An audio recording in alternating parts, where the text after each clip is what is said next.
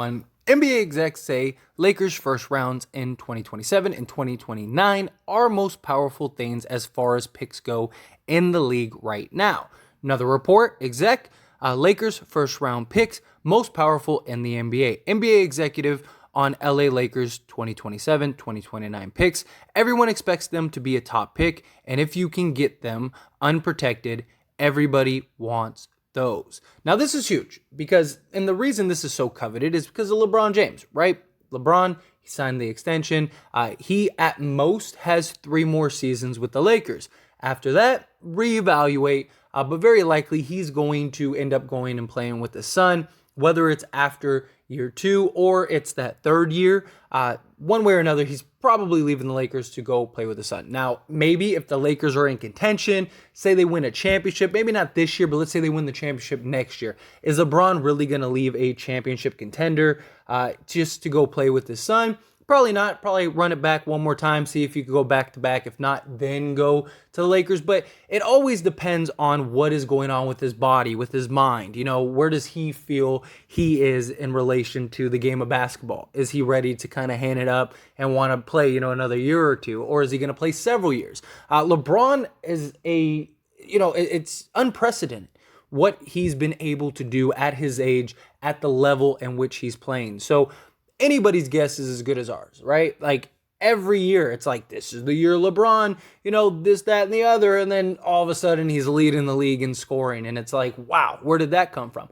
But most likely by 2027 to 2029, LeBron James isn't going to be a Laker because that's, several years from now. At, best case, it's if you have the 2027 pick, you're talking 5 years from now, the 29 pick, 7 years from now.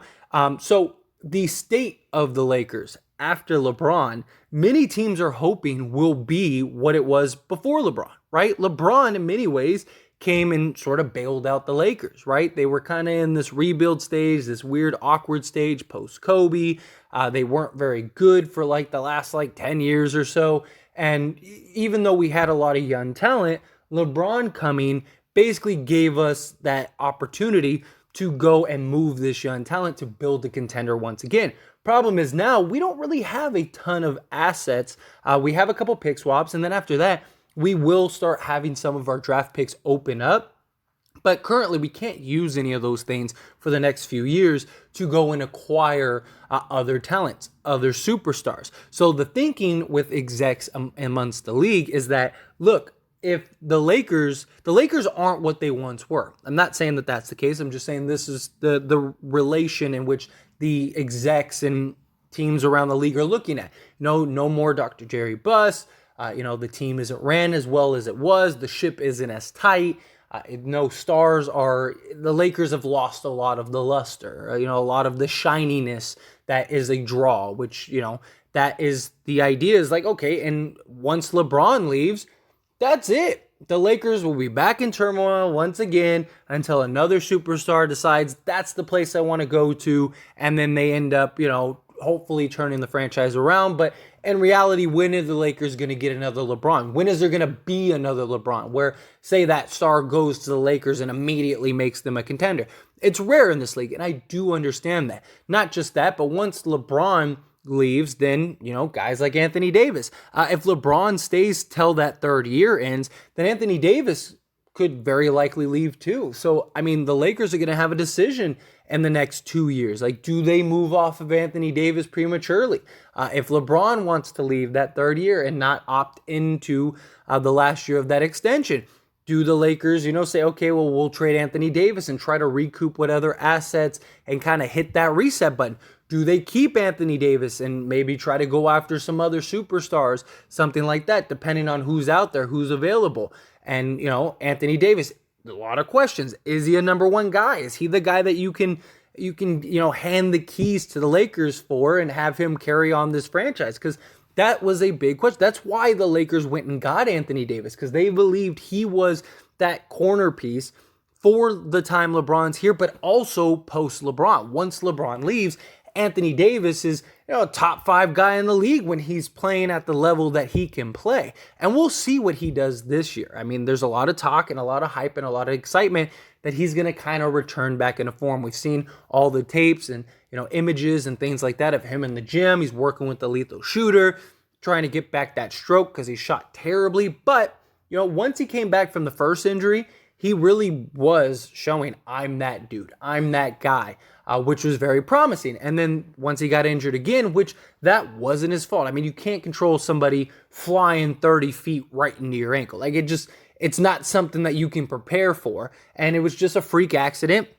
He gets hurt and it's like, there goes our season. But hopefully, that Anthony Davis can become that beast, become that monster, kind of get back to being healthy and maybe lead the charge. And then the Lakers, instead of rebuilding, can retool. I mean, back in 2004, that was the Lakers motto, right? We don't rebuild, we retool. We're that team that gets the pristine, franchise. We're the ones that go get our guy, and more times than not throughout history, the Lakers have. When they want somebody, they usually get the guy that they want. They usually land the star that they want. Very rarely does it not work out.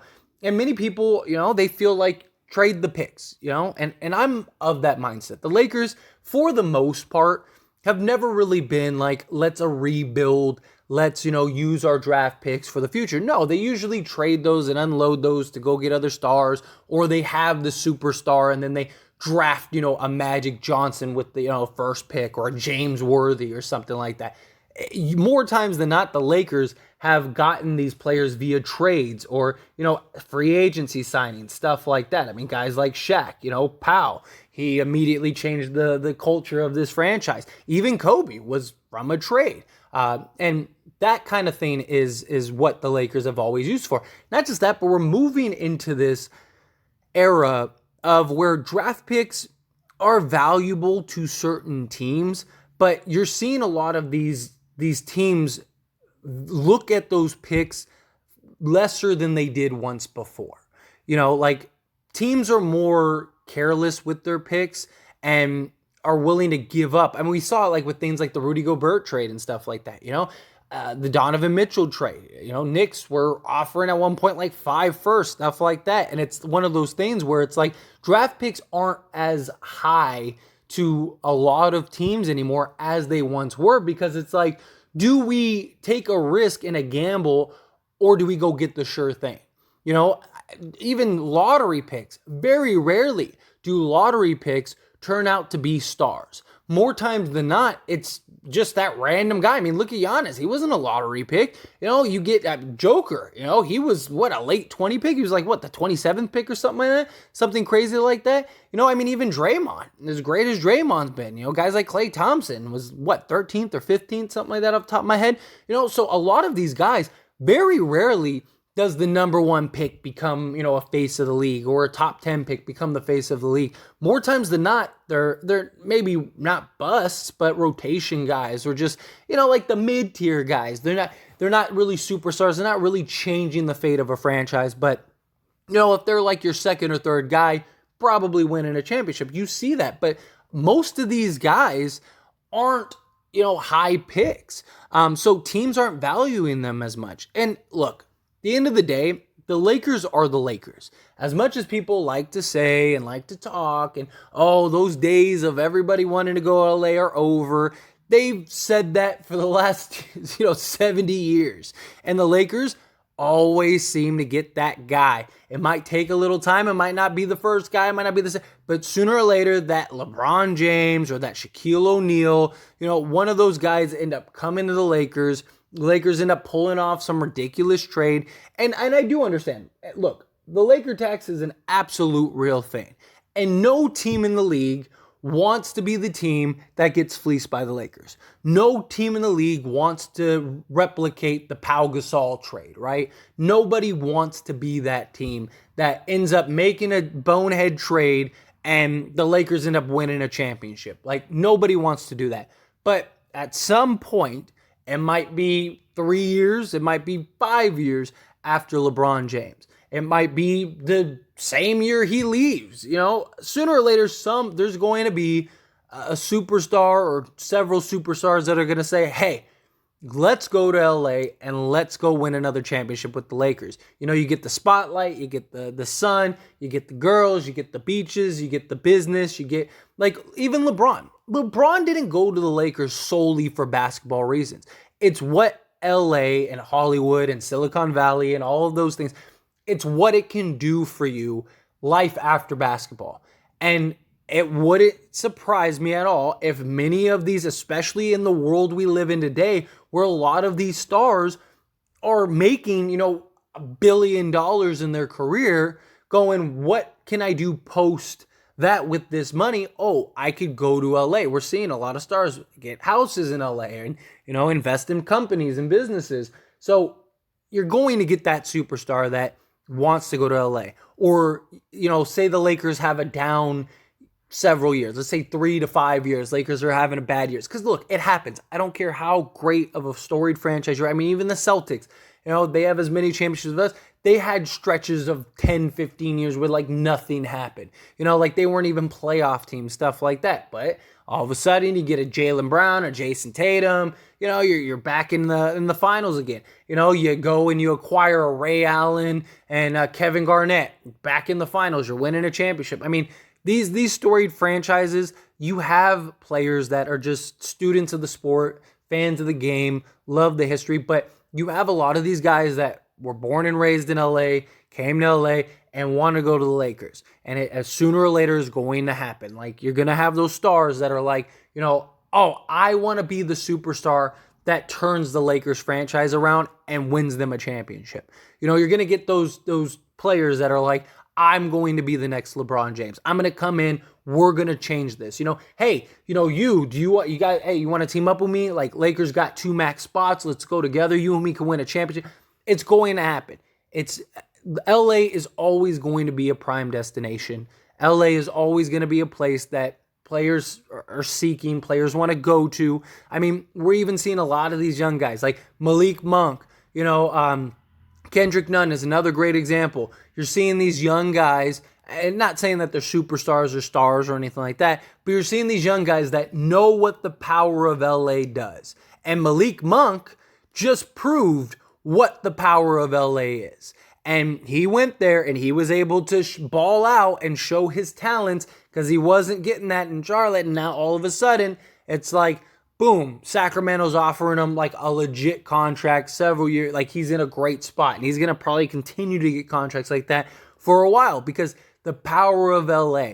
People pay attention. People watch you. People see what you're capable of. There's a lot of scrutiny that goes into it. There's a lot of expectations. There's a lot of, media. You have an absolute spotlight. But if you're not somebody that's afraid of that and you're somebody that actually has the talent and the skills, LA, the Lakers are always going to be a huge platform for you. So I don't see this being a problem, but I do understand why a lot of teams look at the Lakers' 27th and 29th pick and just going, look, post-Kobe, they were a disaster for 6 years. This could very well be the same thing post-LeBron. But anyway, as always, those are my thoughts and opinions, and I pass the question on to you. Let me know yours down in the comment section below. Do you agree with me? Do you think, look, it's the Lakers. It's always going to be that storied franchise. It's always going to happen that way. That's just what it is. It's just how it is. Or do you think, no, that those days are done. Those days are gone. The 27th, 29th pick, those are going to be great lottery picks for teams. Like, of course, they want that unprotected. A lot of teams, as much as people try to say, like, oh, Lakers don't have any assets, you hear it. There's countless reports over and over again. People want Westbrook, not for the player, for the contract. People want the draft picks because the possibility of those draft picks being great post LeBron is high. But it's the Lakers. The Lakers, I don't think, even after LeBron, you'll still have another, 3 years. By the time that 27th pick comes, the Lakers could already have new superstars and be in a new position. But anyway, again, however you feel about it, I'd love to hear your thoughts and opinions down in the comment section below. That being said, hit that like button. Helps me out a lot. Lets me know you enjoy these types of videos, and I truly appreciate it. If you're not subscribed to the channel, hit that subscribe button, followed by the bell notification. Stay up to date with all things sports. Join this wonderful community and all of our discussions. I'll see you all in the next one. Thank you.